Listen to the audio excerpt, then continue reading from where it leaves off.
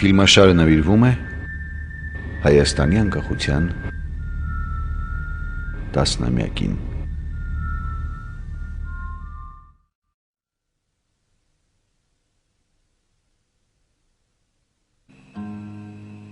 Գառնին գտնվում է Մեծ Հայքի այրարատյան աշխարհի Մազաս գավառի տարածքում, Ազատ գետի աջ ափին, գետից մոտավորապես 500 մետր բարձրության վրա գտնվող եռանկյունաձև մի հրվանդանի վրա, ընդհանուր առմամբ զբաղեցնելով 3 հեկտար տարածություն։ Գառնի որպես բնակավայր հիշատակվում է դեռևս մեր թվարկությունից առաջ 3-րդ հազարամյակից։ Այդ են վկայում Գառնիի տարածքից հայտնաբերված բրոնզեդարյան ժամանակաշրջանի հնագիտական գտածոները եւ բնակավայրերը։ Հայտնաբերվել է կլոր կացարանի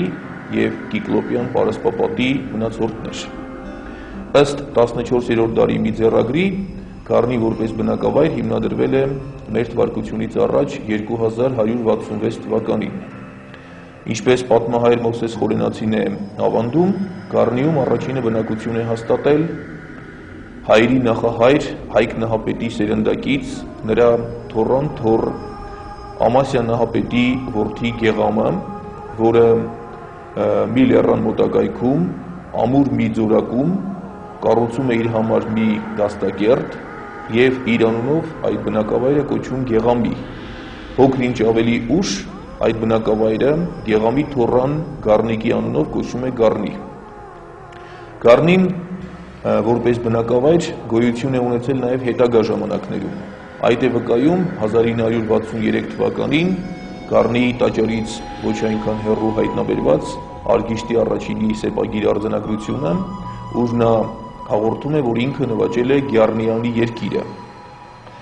Գառնիի վերաբերյալ հստակ տեղեկություն է հաղորդում նաև մեր թվարկության առաջին դարի հռոմեացի հեղինակ Կորնելիոս Տակիտոսը,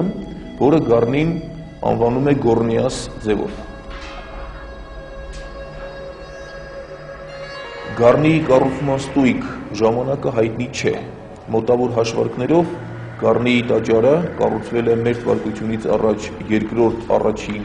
դարերից մինչև մեր թվարկության 2-րդ դարերի միջև ընկած ժամանակահատվածում։ Որոշ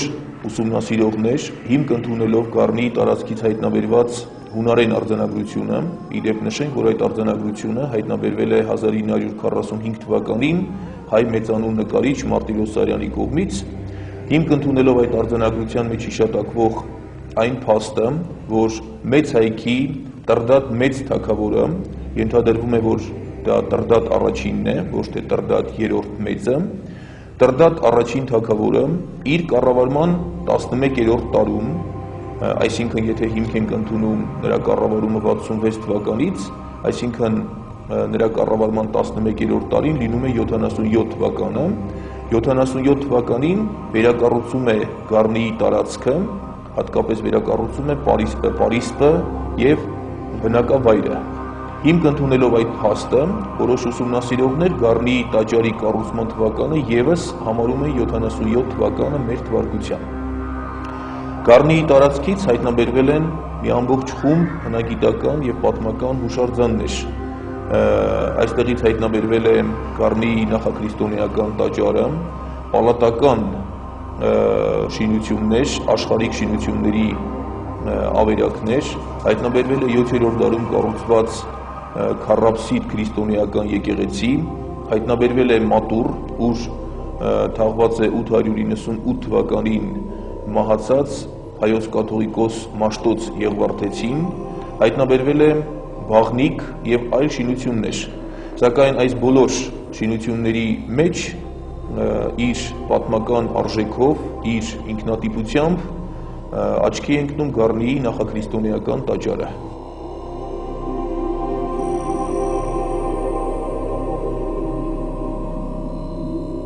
Գառնիի նախաքրիստոնեական տաճարը նվիրված է եղել հայկական նոր դիցարանի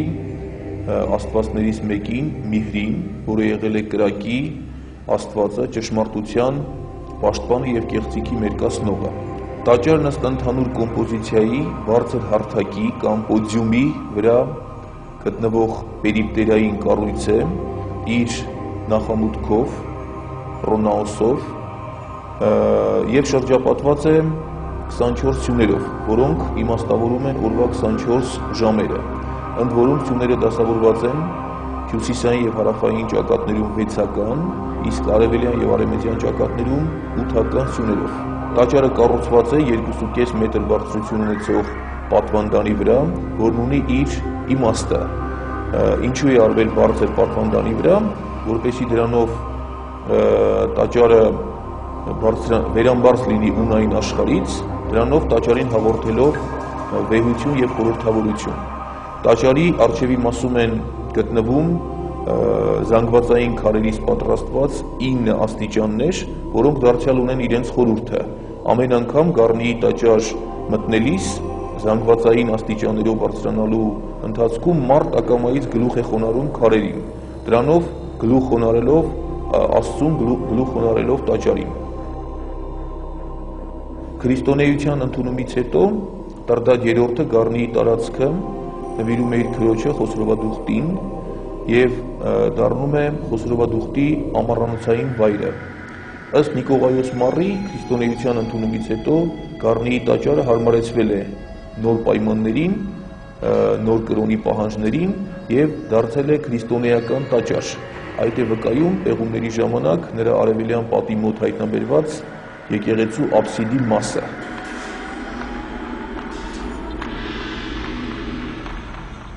Տաճարը կառուցված է կապտավուն ворձաքարից կամ բազալտից, բացառությամբ տաճարի մուտքի վերնամասի մի փոքր հատվածի, որը շարված է տուֆից։ Ընդհանրապես ворձաքարը կամ բազալտը հնարավորություն է ընձեռում ավելի մեծ գեղարվեստական հարդարանքների դիմելու, որի հետևանքով էլ տաճարը դարձել է ավելի գեղեցիկ։ Տաճարի քարերը միմյանց միացված են առանց շաղախի, երկաթյա գամերի օգնությամբ, իսկ երկաթի եւ քարերի արանքում լցվել է կապաշ, իսկ սյուները իրար միացված են բրոնզյա կապերի միջոցով, դարձյալ առանց շաղախի օգնությամբ։ Գառնիի տաճարը կանգուն է մնացել մինչև 17-րդ դարի 70-ական թվականները։ Վերջին անգամ Գառնիի վերաբերյալ մենք տեղեկություն ունենք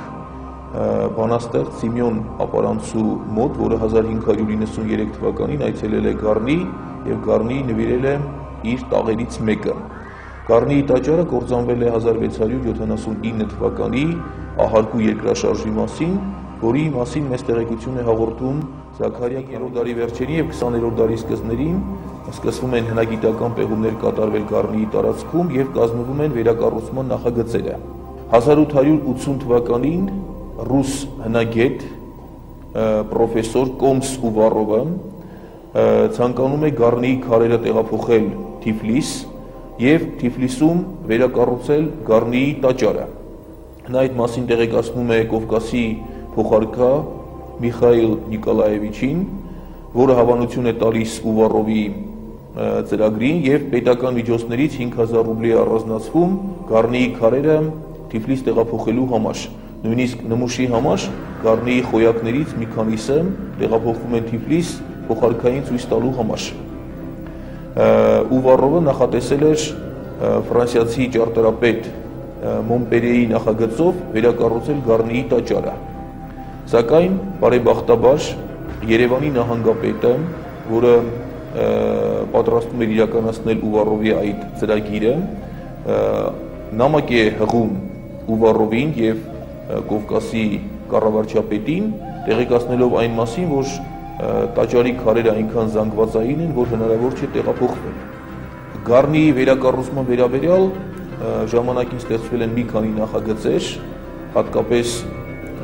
արժեքավոր են եղել վերակազմության Մոնպերեի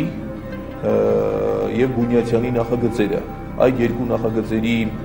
հիման վրա հետագայում 1969-75 թվականներին հայ նշանավոր ճարտարապետ Ալեքսանդր Սահինյանը վերակառուցել է Գառնիի նախաքրիստոնեական տաճարը, որը կանգուն է առ այսօր։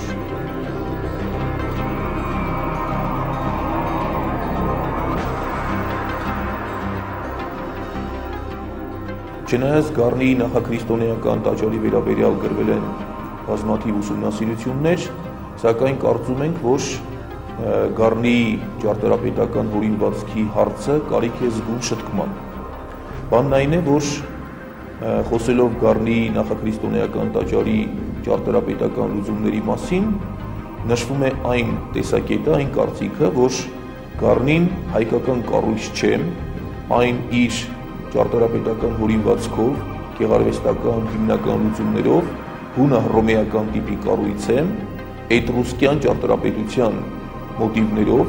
և հռոմեա-իոնիական օրդերի սյուներով։ Որպես օրինակ մատնանշվում են Դեմետրայի տաճարը Պոսեյդոնիայում, որը կառուցվել է մ.թ. առաջ 6-րդ դարում, և Աթենքի Ակրոպոլիս բլրի վրա մ.թ. առաջ 447-438 թվականներին հույն նշանավոր ճարտարապետներ Իգդինոսի և Կալիգրատեսի կողմից կառուցված և Աթենաս աստվածուհու նվիրված Պարթենոնի հռչակավոր տաճարը։ Սակայն համեմատությունները ցույց են տալիս, որ գառնի նախաքրիստոնեական տաճարը հանդիսացել է ոչ թե հունա-հռոմեական տիպի տաճարների պարզ ընդօրինակում, այլ գառնի նախաքրիստոնեական տաճարը որպես այդպիսին ունի ազգային ակունք և որպես նախատիպ այն վերցվել է մ.թ. առաջ 9-րդ դարի վերջերին, 8-րդ դարի սկզբներին կառուցված Մուսասիրի կամ Արդինիի նշանավոր տաճարից։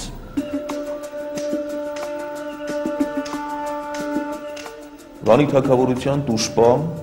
Էրեբունի, Արգիշտի Խինիլի քաղաքների պեղումների ժամանակ հայտնաբերվել են պաշտամունքային խիստ բազմազան կառույցներ, տաճարներ, որոնք նվիրված են եղել Վանի թագավորության այս կամ այն աստվածությանը։ Այդպիսի պաշտամունքային կառույցներից իր յուրահատկությամբ աչքի է ընկնում Մուսասիրի կամ Արդինիի հռչակավոր տաճարը։ Մուսասիրը կամ Արդինին գտնվել է Վանի թագավորության հարավ-արևելյան մասում, մոտավորապես Ուրմիա լճի մոտակայքում։ Մուսասիրը եղել է Վանի թագավորության կրոնական պաշտամունքային կենտրոնը։ Ըստ Լուվրի աղյուսակի այն փաստի, որ Մուսասիրի տաճարում գտնվել է Սարդուր Քրմապետի արձանը, ենթադրել կարելի է, որ այս տաճարը կառուցվել է մ.թ. առաջ 9-րդ դարի վերջերին և 8-րդ դարի սկզբներին։ Եվ եթե դրան ավելացնելու լինենք այն հանգամանքը, որ Մենուայի կառավարման առաջին տարիներին, ըստ Քելիշինի երկլեզվյան արձանագրության, Մուսասիրի տարածքը միացվել է Վանի թագավորության տարածքներին, ապա կարելի է ենթադրել, որ Մուսասիրի տաճարը իրոք կառուցվել է մ.թ. առաջ 9-րդ դարի վերջերին և 8-րդ դարի սկզբներին։ Այն նվիրված է եղել Վանի թագավորության գերագույն աստված Հալդին և նրա կնոջը Արուբանի աստվածուհուն։ Մ.թ. առաջ 714 թվականին Վանի թագավորության դեմ է արշավում Ասորեստանի ամենահզոր գահակալներից մեկը, Սարգոն II, որն իր հարվածի ուղղությունն ուղղում է դեպի Մուսասիր, դեպի Արդինի։ Նա գրավում է Մուսասիրը, կործանում է Մուսասիրի տաճարը և թալանում այն։ Արձանագրություններում միայն 46 տող նշվում է այն իրերի ցանկը, ինչ Սարգոն II իր հետ Մուսասիրից տարել է Ասորեստան։ Եվ վերադառնալով Ասորեստան, նա իր հետ Մուսասիրից գերի է տանում նաև Մուսասիրում տեղադրված Հալդաստու, Արուբանի աստվածուհու, Սարդուր Քրմապետի, Արգիշտի առաջինի և Ռուսը առաջինի արձանները։ Այնքան մեծ է լինում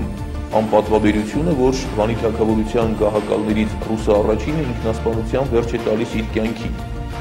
Վերադառնալով Ասորեստան, նա Մուսասիրի գրավման և թալանի տեսարանը պատկերում է իր բարձրաքանդակներից մեկում, որը հայտնի է Դուր Շառուկինի բարձրաքանդակ։ Պահպանվել է Դուր Շառուկինի բարձրաքանդակի նկարը։ Պահպանված լուսանկարն էլ բավական է պատկերացում կազմելու համար Մուսասիրի տաճարի ճարտարապետական հորինվածքի մասին։ Մուսասիրի Հալդի աստծու տաճարի ճարտարապետական ձևերը բացառիկ հետաքրքրություն են ներկայացնում։ Դրանք լրիվ տարբերվում են Միջագետքի, Ասորեստանի և Բաբելոնի տաճարների հայտնի ձևերից։ Տաճարը կառուցված է եղել քարից բարձրադիր հարթակի վրա, այնպես ինչպես Գառնիի նախաքրիստոնեական տաճարը։ Դեպի հարթակը աստիճաններ էին արված, որոնք բարձրաքանդակի վրա հավանաբար ներկված են եղել և այդ պատճառով չեն պահպանվել։ Տաճարն ունեցել է նիզակով ավարտվող, մոտավորապես բրգաձև նոճու նման բարձր ճակտոնով երկթեք տանիք։ Տաճարի մուտքի ոչ բարձր դուռը տեղավորված է եղել ճակատի կենտրոնում, մուտքի երկու կողմերում կանգնեցված են եղել երկու մեծ նիզակ եւ աղոթողի դիրքով երկու արձաններ։ Տաճարի ճակատը զարդարել են խոյակներ ու խարիսխներ չունեցող, բայց լայնացող վերնամասով 6 սյուներ կամ որմնամույթեր։ Տաճարի ճակատային պատին երևում են ուռուցիկ միջնամաս ունեցող ուխտական կլոր վահաններ, որոնք տեղադրված են ինչպես սյուների, այնպես էլ նրանց արանքում եղած պատամասերի վրա։ Արդեն առաջին հայացքից կարելի է նկատել Մուսասիրի տաճարի կապը Փոքր Ասիայի ճարտարապետական մի շարք հուշարձանների եւ հին հունական դասական տաճարների նախատիպերի հետ։ Ինչպես նշանավոր արևելագետ Ուրարտագետ Պյատրովսկին է վկայում, Մուսասիրի տաճարը բացում է Առաջավոր Ասիայի ճարտարապետության պատմության անհայտ էջեր, իրենից ներկայացնելով ճակտոն եւ սյունաշար ունեցող տաճարի հայտնի տիպերից հնագույնը, որն ընկել է անտիկ ճարտարապետության հիմքում։ Համաշխարհային ճարտարապետության պատմության մեջ առաջին անգամ Մուսասիրի տաճարում կիրառվում է եռանկյունաձև պսակը կամ ճակտոնը կամ ֆրանտոնը, սյունաշարը եւ խոյակները վահանների տեսքով։ Գառնիի նախաքրիստոնեական տաճարի եւ Մուսասիրի տաճարի պատմաճարտարապետական ուսումնասիրությունը մեկ անգամ եւս ցույց է տալիս, որ Գառնին ոչ թե հունահռոմեական տիպի կառույց է, ոչ թե հելենիստական ոճի կառույց է, այլ զուտ ազգային հայկական կառույց է, իր համար հիմք ընդունելով, որպես ակունք ունենալով 9-րդ դարում Մթ. Առաջ կառուցված Մուսասիրի հռչակավոր տաճարը։ Գառնի տաճարի օրինակը մեկ անգամ եւս վկայում է այն մասին, որ հայոց պատմության եւ ազգային ճարտարապետության բազում կնճռոտ խնդիրներ պետք է որոնել ոչ թե օտար մեկնաբանություններում, այլ ազգային ակունքներում։